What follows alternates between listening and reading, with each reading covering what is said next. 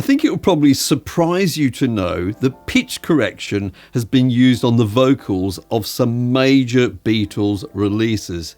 But what's actually going to shock you is to know how long that's been the case. This video is sponsored by DistroKid. Follow the VIP link in the description down below to get 7% off an already amazing price to distribute your music to the world. This is a reaction video of sorts because this was brought to my attention in a video by Phil from Wings of PEGASUS, an excellent YouTube channel I'm sure many of you are familiar with. Now, Phil will at times use tools to analyze the pitch of vocal performances, and in this case he was analyzing a remastered version of The Long and Winding Road by the Beatles. And in this particular version, Paul McCartney's voice had been heavily pitch corrected. And as I said in the intro, that did surprise me, but we'll get back to the more surprising thing, in my opinion, a little bit later on. Now, I was probably watching this video because the algorithm had done its job, and I'd previously watched a video by Phil where he was comparing the vocal performance by Judy Garland on Somewhere Over the Rainbow with Kelly Clarkson's version. Now, obviously, Judy Garland's version had no pitch correction on it. But unfortunately, in my opinion, Kelly Clarkson's version was very heavily pitch corrected. I say unfortunately, I want to get to why I think that a little bit later on. But first, let's just dispel a myth you may have in your head, because you may have already done your own socially acceptable form of profiling on me and decided, because of my grey hair and my Gordon Ramsay wrinkles, that I dislike pitch correction, quantizing, I don't know, AI, take your pick. I'm an old fella. I don't like modern things. Sorry to disappoint you. That is not true. I embrace all of those things to some degree. And I certainly do use pitch correction in my own productions. But I do want to differentiate pitch correction from auto-tune, because I know somebody's going to mention auto-tune in the comments down below. If you haven't already, what are you waiting for? Auto-tune, as its name suggests, automatically tunes or pitches vocals without any sort of human intervention, at least on a note-by-note basis. When I talk about pitch correction, in terms of my own practice, I'm talking about making conscious decisions to re-pitch, that particular note there, or that word, or maybe a whole phrase, but I'm choosing to correct pitch at certain times. And I'm going to be talking a little bit later on about why I think that's important and how I think it's actually a really big advantage to you if you're an independent artist or a home bedroom producer. But let's just go back a bit, and I just want to quickly talk about that Judy Garland, Kelly Clarkson thing. So maybe it's the nostalgia of having watched reruns of The Wizard of Oz, especially at Christmas time, so many times during my childhood, but I've always had a real soft spot for Judy Garland singing Somewhere Over the Rainbow. I really believe it's because it's an excellent performance. Obviously in terms of her actual vocal ability, sure. But I think the emotional content is there. Somehow we believe she's Dorothy and she's having these actual feelings, and it just feels very, very heartfelt. Now, unsurprisingly to me, and anyone that understands really anything about human vocals, when Phil analysed her performance, she was, I'm going to use the word technically, she was technically a little bit pitchy here and there. Now, I'm emphasising technically because, yes, when you look at it with the analysis software, you can see that she was not perfectly on pitch, but it's not to the degree that anybody with normal human hearing would actually perceive it or notice it. Okay. Now let's talk about the Kelly Clarkson version.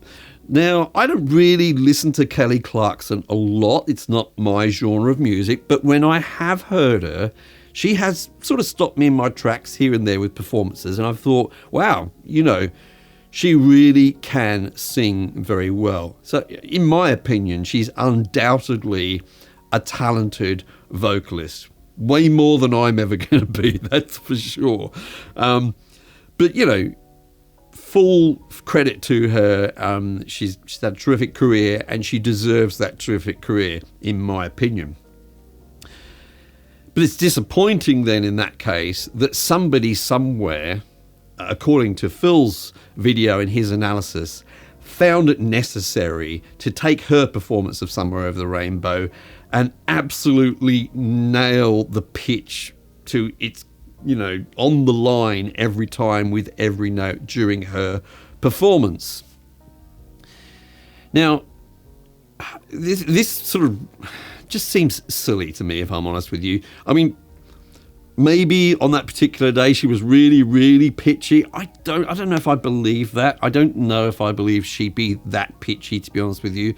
But to correct it to this degree seems like a decision of, oh, we just pitch correct everything now, rather than sort of thinking, does this need to be pitch corrected? I'm going to talk about this later and making choices in your production, but it was definitely not the case, I would say, or two things were not the case. One, over the years, I've never heard a single person ever say, great performance by Judy Garland. Just such a shame that she was a bit pitchy here and there. Like, nobody's ever said that. And two, now that we've taken Kelly's great talent and then done that extra thing that Judy didn't have access to and pitch corrected it, nobody else is really honestly saying, sorry Kelly, if you're watching, that, hey, it's great that Kelly Clarkson brought this new excellent pitch version, which totally, you know, dumps on Judy's version. That's not being said. That's not the case. So why? Just why? So there's three things which are kind of surprising about this Beatles re-pitched vocal. First of all is the actual kind of album it appears on. So it appears, this is A Long and Winding Road, by the way, on a remastered version of Let It Be, which is the so-called sort of naked version. So naked implies this is a kind of a stripped back, raw version. So of all of the versions to do pitch correction on, it's just kind of ironic that it's on that version. So this is an alternative vocal. It's not the vocal that you were used to hearing on the Phil Spector version. And they've taken this alternative version, they've repitched it, and then they've remastered the album. The second thing, which is disappointing about it, is that there's actually a couple of errors in there, which Phil pointed out in his video, where there's a couple of small instances where the note goes to incorrect places. So not only have they applied, well, I say pitch correction, it may even be auto-tuned, to be honest with you. So not only have they applied that, but no one's checked it closely enough to go, oops, it made some mistakes here and there. And so that's disappointing. And the third thing, which is, just surprising to me anyway, was the year that this actually happened in, because this album was released in 2014, 11 years ago. And in fact, I believe this actual song is credited as 2013. So for 12 years, people around the world, I'm not sure how many plays it's got, have been listening to this. But it came to Phil's attention by somebody who had noticed it when they were listening to it. So in my opinion, it wasn't done very well at all. But it's not just sort of artists like the Beatles which are affected by this, of course.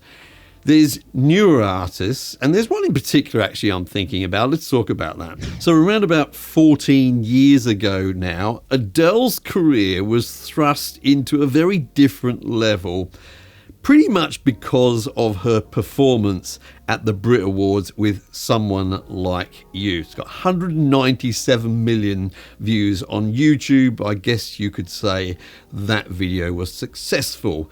But have you noticed that she is reasonably pitchy here and there in that performance? And have you also noticed that absolutely nobody cares? Maybe there's someone that cares, but most people don't care. It certainly did not hold back Adele's success at that time, because she was a great performer. Well, having said that, there was nothing flashy going on in the background. It was just a piano player and her. The performance was in the emotional content of what she did, the power of her voice, the songwriting, etc. Now, in a similar way, I recently discovered another artist from a performance at the Brit Awards. I think it was a year or two ago. And that artist's name is Raye. Now, if you're not familiar with Raye, well, she's quite a phenomenon, to be quite honest with you. She's very versatile. She produces music in all different kinds of styles. I think she's a great songwriter, performer, and she's a very notable vocalist, in my opinion, at least. Now, after I discovered her performance from the Brit Awards, that led me to another video. I think it was Oscar-winning Tears at the Royal Albert Hall. An absolutely sensational performance, I have to say. As well as many others, she's, performed at really, great, like jazz festivals and things like that. She is evidently an amazing performer, almost annoyingly in the sense of you just very rarely will catch her kind of like off-key, sharp or flat or anything like that. And not only that, but she changes up her performances and arrangements all the time. So there's a lot of kind of ad-lib in what she does, and she still nails it. However, once I'd watched many, many hours of her performances on YouTube, I decided, right, I'm just going to listen to her album in the car, on Spotify, of course. And I was a little disappointed, and I've spoken to other people about this. Her voice was evidently and obviously pitch corrected. Even on songs which have their basis in kind of jazz or big band or something like that, it was particularly noticeable, I have to say. It's still a great album, don't get me wrong. And I'm not trying to diss Raye because I absolutely adore her. But I just couldn't figure out for the life of me why you would pitch correct her voice when she obviously sounds fantastic without it. Now, I don't know what the decision process was behind that, but it was done evidently on purpose. Now, I think that's where people like you, independent artists or bedroom producers, actually have an advantage. So call me crazy, but I still believe that one of the kind of X factors in a great performance is the kind of authenticity, the humanity that people can sense in it. This transcends things like pitch or timing or any technical things. When the listener feels connected to you as a human and they get those warm sort of fuzzy feelings, that's really where the magic of music actually happens. And there's been so many prominent performances where this has been the case and the vocalist has not been pitch corrected. But regardless of this, the gods of the music industry seem to have decided that everything shall be pitch corrected, regardless of whether it needs it or not. Now, in my opinion, this gives you, as an independent artist or a home producer, an unfair advantage. This is like your superpower, because you get to decide to leave some of that humanity in there, giving you the opportunity still to connect with people. Now, I know you're still going to have to be pretty proficient musically, don't get me wrong. But unfortunately, these people are making blanket decisions about pitch, obviously, without even checking it in some cases. And it's detracting from the music.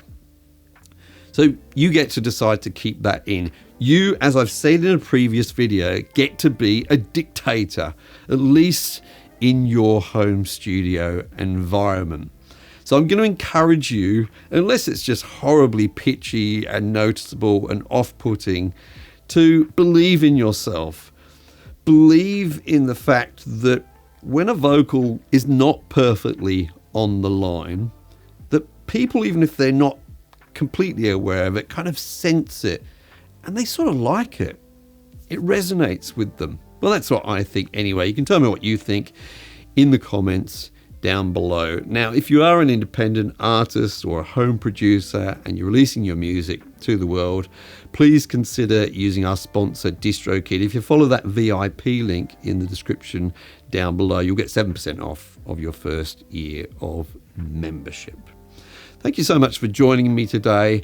I'm Mike. I genuinely hope you're well, and I'll see you in the next video.